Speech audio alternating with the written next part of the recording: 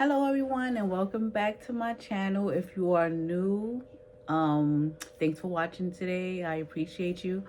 If you watched it and you liked it, subscribe and share. So the whole point of this channel is to help and not hinder. So that was a totally whole point of the channel, is to help. So today I'm gonna wrap up this 3-part video on direct support professionals. So this may be well over 15 minutes.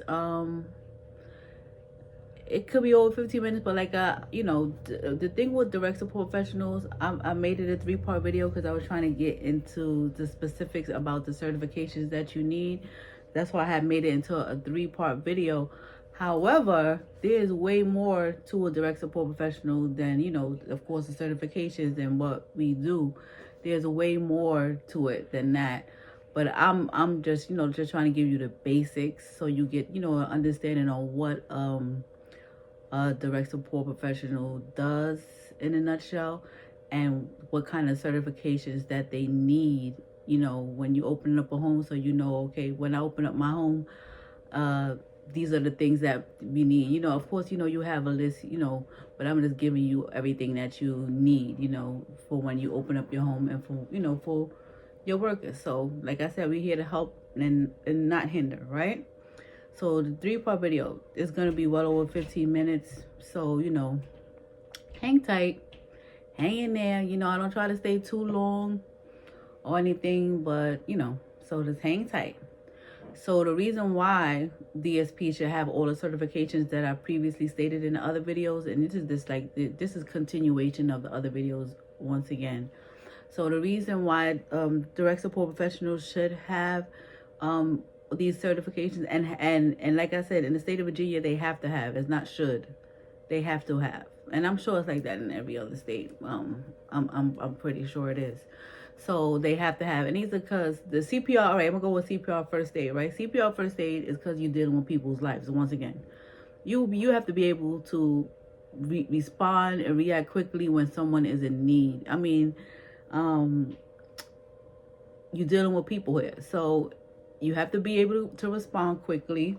You have to be able to know what to do, in a situation and that may occur. You get what I'm saying? So it could be anything like choking. It could be anything like an allergic reaction or just someone in need of saving, right? It could be anything. I could give you many scenarios, but you get the idea. So I'm not going to keep going on with this. So typically when you're working with people in any category, I know people that just are a coach and had to learn CPR first aid. So this is dealing with people in general, as far as CPR first aid and being certified in that. So for direct support workers, you need to be CPR first aid certified, and it has to be up to date. And I think it's every 2 years, right? And you got to keep in mind that some of the individuals that will be occupying their home, they are nonverbal and won't be able to tell you that they need help, right? So as a direct support professional, you must be trained also to know the signs of distress or signs of an individual needing medical attention. You need to know that as well, on top of first aid, CPR first aid, right? So those are the things that, that's why that certification is extremely important, right? And then we have the next one I'm going to talk about is the therapeutic options, which is needed because there are some behaviors that may occur that, that you need to be prepared for. Of course, it's always better to be prepared, right? So for therapeutic options, you learn how to best deal with a combative or even an emotionally unstable individual. It doesn't have to be any physical aggression. They don't have to be being physical toward you, because that's not what this is all about. You just want to be prepared for anything. I mean, I'm talking about this is just regular life stuff. But if you learn this with these individuals, just to defend yourself, you probably could use it, because I've learned stuff, trainings, that I can use in everyday life, to be honest. But so you learn how to negotiate with these individuals and that's showing signs of emotional or physical behavior you know, and this is when needed. You know what I'm saying? And this is not always negative. It's not always negative. It could be an individual with an attachment issues, because like I said, a lot of them get attached with you, and you have to learn how to talk to them and tell them, you know, but not in a way that's not, you know, being mean to them. You have to be able to talk to them in a specific way, you know, and to let them know, you know, that you're here for them, but you know the attachment is not good, right? So it could be, like I said, so attachment issues, even how to properly lend a listening ear. Believe it or not, a lot of people don't even know how to communicate with the people in their everyday lives. Not even, I'm not talking about at work and direct support workers. A lot of people don't know how to communicate, period. Like communicate, somebody talking, you listen, and then you wait for them to finish talking and then tell them how you feel. Some people don't know how to do that 1, 2, 3 step. So with therapeutic options, it teaches you how to even lend a listening ear, and you know, things that you should say and things that you may not be able to say, because some people don't know what to say when someone's telling them something or letting them know that they are in distress, or you know, they're having issues. Some people don't know what to say. You ever heard of a friend, like, or you may have a friend that you know that you'll tell them some of your problems and they be like, what? They don't even know how to tell you, how to help you with it. So that teaches you how to help the individuals, how to be a listening ear and help them, to try to talk to them but being professional, put it like that. So it even teaches you how to speak to verbal and nonverbal individuals, using specific techniques, right? So that's an awesome tool to have in your tool belt, and it's mandatory. Like I said, it is totally mandatory. All right, so that is for therapeutic options, and I will be trained in both. I will be trained in both once again, and I'm gonna keep reiterating that over and over again, right? So next we have medication management. That's another great tool to have in your tool belt. Like I have a whole bunch of tools in my belt, a whole bunch. Like list goes on and on. So that's another one to have in your tool belt, right? Another great tool. So medication management is necessary for direct support professionals because we have to administer medications, right? To the individuals, and like at least I would say 95 to maybe 98, 99% of them, maybe 99, maybe, take medications. So you have to be able to administer medications properly, right? You cannot administer medications wrong or not know how to administer medications, because you can kill someone, you can hurt someone, you can send them to the hospital. So you have to know how to really administer these medications the right way, not how you administer to your kid from the little bottle that of Tylenol or whatever, or the ones you take for cramps or whatever. It's not that. So you have to really know how to. It's really in depth, the medication management, right?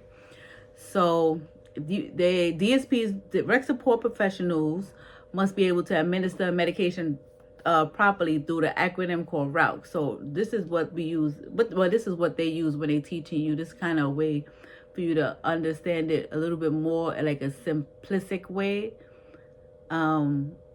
If we call it that simple way, so you can write it and even remember, because this is very, very, very, very, very, very, very, very important, right? So it's through the acronym ROUTE, ROUTE, right? Now, ROUTE means the right dose, right? The right dose, right? Right route, right time, right individual, right medications, right date, and right document, right? And of course, it's a simple way, like I said, it's for you to remember. I'll get into that more, but I can't. This is one certification that I'm not going to be getting. Not saying I can't, because I could, because these have to be taught by a nurse, a LPN, or a pharmacist. I'm neither one of those, right? So that's why I'm just going to tell you that we go through ROUTE, and it has to be taught by those. DSPs cannot give medication unless they are certified and up to date with their certifications. Owners, please understand this.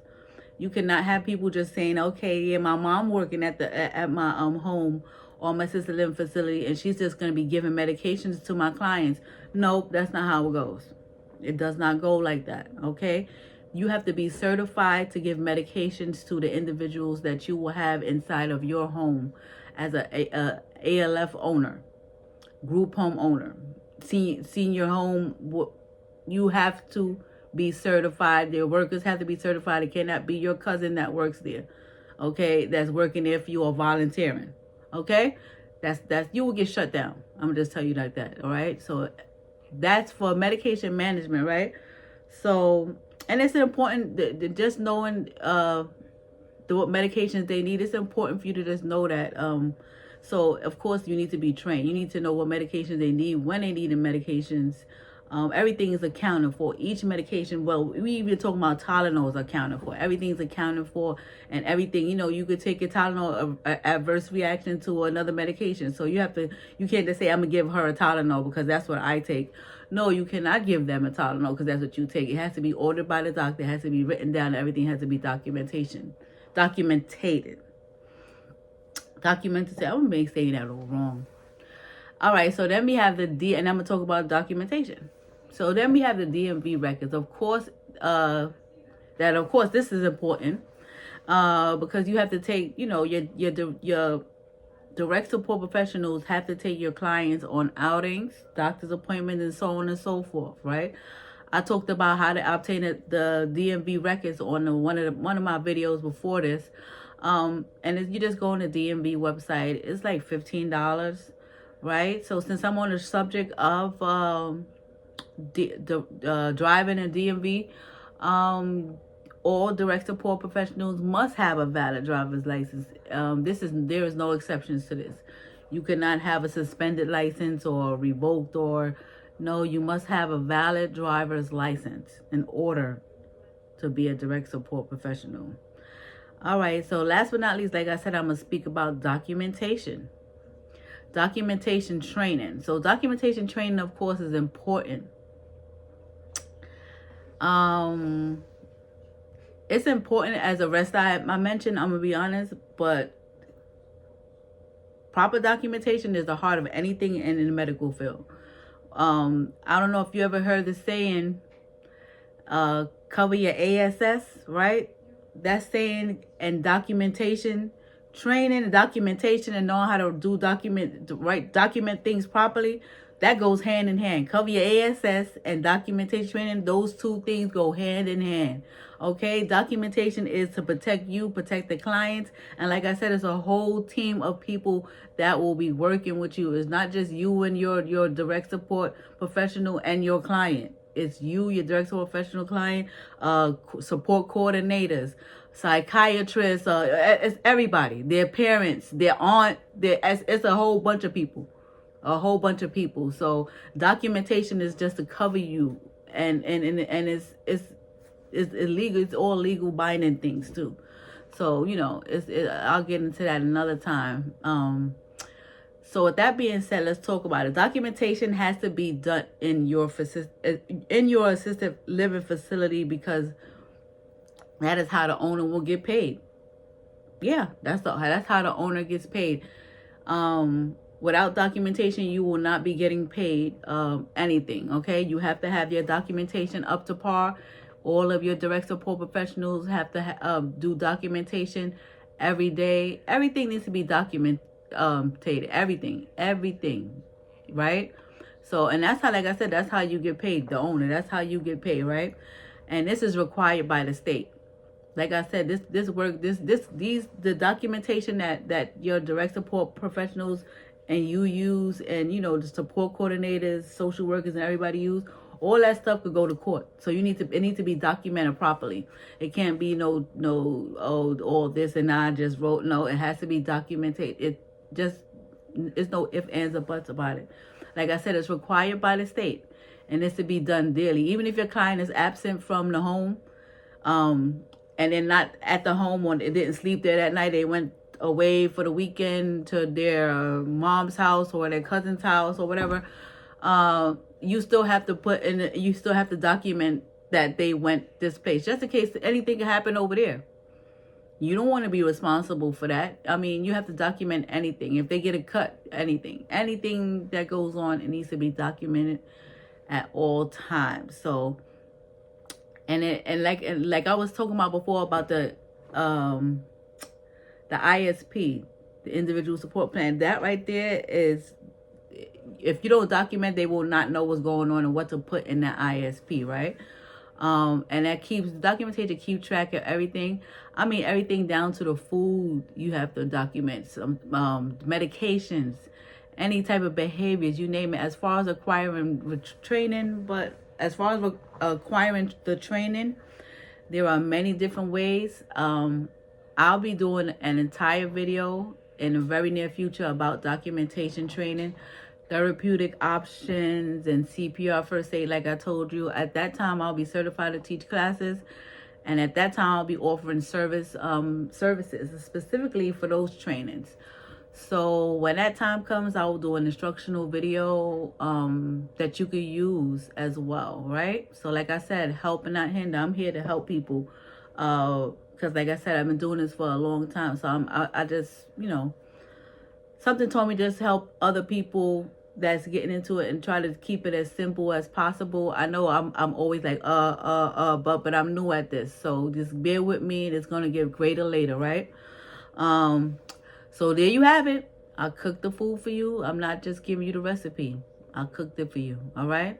So as a future owner, and you know, and currently working as a DSP, I take pride in everything I do, including making these videos for the masses. Right. I want all of us to win, because if you know what kind of heart it takes to work in this field, you will understand what I'm saying, right? So if you see a DSP worker out with individuals, say some encouraging words to them, you know, say something nice. Me personally, I have been out with my individuals, and people, I have been out with my individual, and people have stopped me and offered me money, some kind words, or just to treat me and my individuals to food or whatever. And I'll get into that because we really not supposed to be, you know, you're not supposed to do that. But, you know, the last time somebody just insisted on me taking and I was kind of embarrassed. I was like, okay. So I took it and bought my individuals their food and everything like that. But, you know, because it's a rewarding job and most people don't want to do it. And that's fine. It's definitely not for everyone. This direct support professional is not for everyone. It's definitely not. You know, it takes a special person to be a true direct support professional.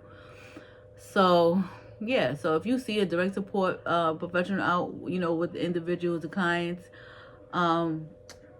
just, you know, say some kind words to them, you know, because like it really takes a lot, and it takes a good heart to really, really, truly do it. I'm not talking about DSP, some of them that I've seen that work, and so they you know, I'm doing it for money, because I've seen some direct support professionals, especially some new ones, saying I'm doing this for the money, but that's not what you really want to do, because there's a lot of other stuff that you could do for money other than playing with people's lives, right? So okay, so although I had 3 parts about direct support professionals, there was way more to be said, and I'll tackle this sporadically in my upcoming videos. So on that note, I'm gonna wrap this up for today, right? And then start enjoying my Sunday. I'm gonna wrap this up for today, and so the next week I'll be in Cuba making my videos. So bear with me. The internet servers are a bit shaky over there. However, I'll get it out the best way that I can. And of course, if you need me to talk about anything specific, comment below. Email me at serenelivingnow@outlook.com. My next video will touch bases on the homes and the difference between assisted living, independent living, and group homes. So like I said, if you need me to talk about something and you need to know something, just, you know, comment below, send me an email, and I'm fine with that, you know, and I'll, you know, like I said, I'm here to help. But the next video, I will touch bases on the homes and the difference between assisted living, independent living, and group homes, the difference between those, right? And thank you for tuning into my channel. And if you haven't already, like, subscribe, and share. Thank you, thank you, thank you. And have a blessed day and see you in Cuba next week.